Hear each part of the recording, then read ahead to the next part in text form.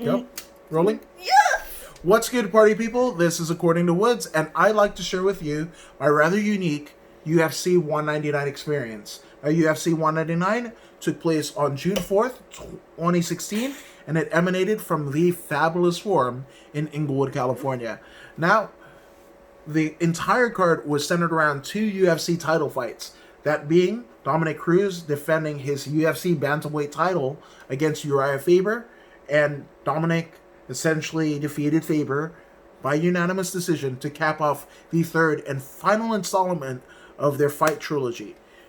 And in the main event, we had Michael Bisping step in on 2 weeks' notice to fight UFC middleweight champion Luke Rockhold, and Bisping knocks Rockhold out in the first round in spectacular fashion. He did this in 2 weeks' notice. Like, that's insane. Insane. But what I want to talk to you about is something that actually happened outside of the forum, after the fights. So, I know growing up in Inglewood, and going to multiple events at the forum, including my high school graduation ceremony, that the forum has I guess you would say, the player's entrance lot, right? And I knew that anybody who was anybody would be coming out of that lot after the fights, right? So I kind of dragged my sister and my friend David to that ramp to see who I would see and possibly get a picture with. Now, coming out of the ramp, just casually talking to one another, to each other, I guess, one another, each other, whatever.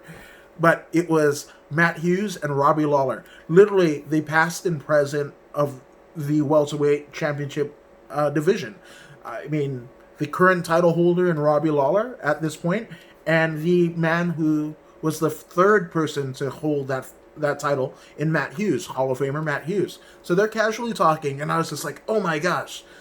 I mean, I was a fan at this point. I'm still a fan, but I was nowhere near involved in the business side of combat sports like I am now, right? And I was just like, oh man, this is so cool. This is really cool. And wouldn't you know who won the pony? Out of seemingly nowhere, as I'm approaching them to try and get a picture or ask them for a picture, like 6 drunk dudes came out of nowhere, like literally nowhere, and started grabbing Robbie. The other grabbed Matt Hughes in like a headlock. But they were drunk, and they were like, oh, I can take you, and whatever. And I was just like, oh my gosh, not only are they going to screw up like my picture opportunity with 2 legends, but they're probably going to get killed. Like Lawler and Hughes, you've seen what they've done, right? They were probably going to run roughshod on 6 drunkards, right? So I was just like, oh no, whatever. But crazy enough, somehow, some way, Robbie Lawler and Matt Hughes, because they're awesome human beings, they diffused the situation and they went on their merry way. But I was just like, oh no, they must think anybody who approaches them after this is probably an idiot. And guess who would like to approach them? This guy, to try and get 2 pictures with legends, right?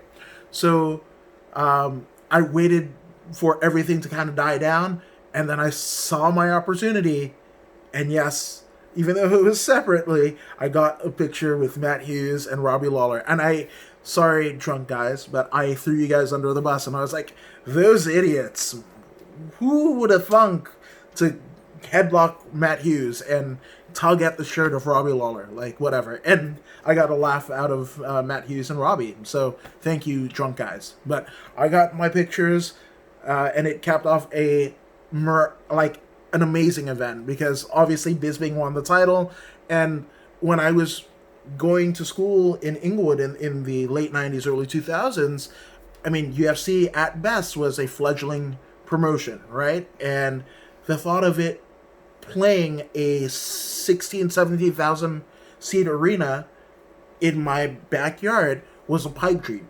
I mean, I remember going to an Olympus concert at the Forum around 2001, and Fred Durst calling Tito Ortiz, who is at the time the current UFC light heavyweight champion, calling him on stage, and he got like a golf clap. Like nobody knew who he was, because UFC and MMA weren't as big as they are now. So it was a cool little moment that I got to come home and watch a fight with the biggest fight promotion in the world and have a title a title change take place with Bisping, and then to get pictures with Robbie and Matt Hughes, who couldn't have been nicer. So this has been According to Woods with my UFC 199 story, and I'm out.